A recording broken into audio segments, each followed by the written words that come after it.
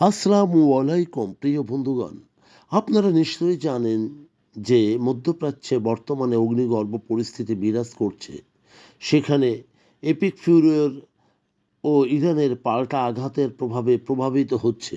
সাম্প্রতিক সময়ে মধ্যপ্রাচ্যের আকাশ এখন মিসাইল আর ড্রোনের মহড়ায় কম্পমান। বিশেষ করে মার্কিন ইসরায়েলের যৌথ অভিযান অপারেশন এপিক ফিউরিয়ার প্রতিক্রিয়ায় ইরানের ৮০০রও বেশি ক্ষেপণাস্ত্র ও ড্রোন নিক্ষেপ এই অঞ্চলকে পুরোদস্তুর যুদ্ধ অঞ্চলে পৌঁছে দিয়েছে। বর্তমানে যে যুদ্ধের বিস্তার, বিশেষ করে ইরানের এই বিশাল আকারের প্রতিশোধমূলক হামলা শুধুমাত্র ইসরায়েলের সীমানায় সীমাবদ্ধ থাকেনি। এটি উপসাগরীয় দেশগুলোতে অবস্থিত মার্কিন ঘাঁটিগুলোকে টার্গেট করেছে।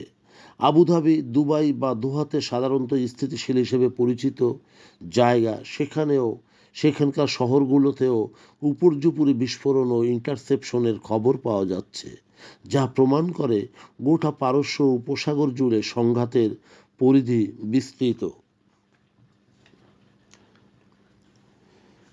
বেসামরিক বিমান চলাচল বলতে গেলে বন্ধপ্রায়।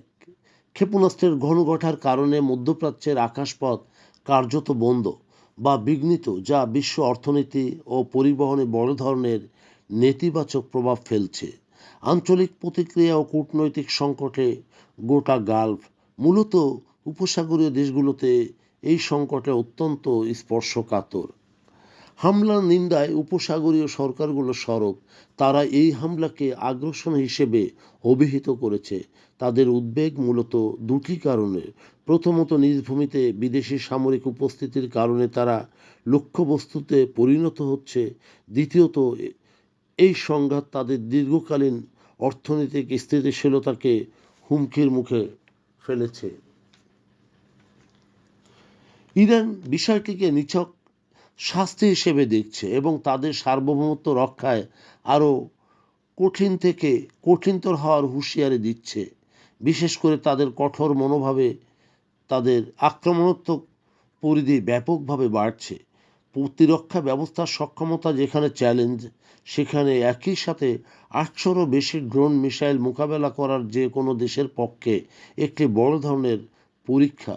যদিও অনেক ক্ষেপণাস্ত্র প্রতিহত করা হয়েছে, কিন্তু বিপুল পরিমাণ আক্রমণের প্রতিরক্ষা ব্যবস্থার রসদ ও কার্যকারিতাকে চরম চাপের মুখে ফেলে দিয়েছে।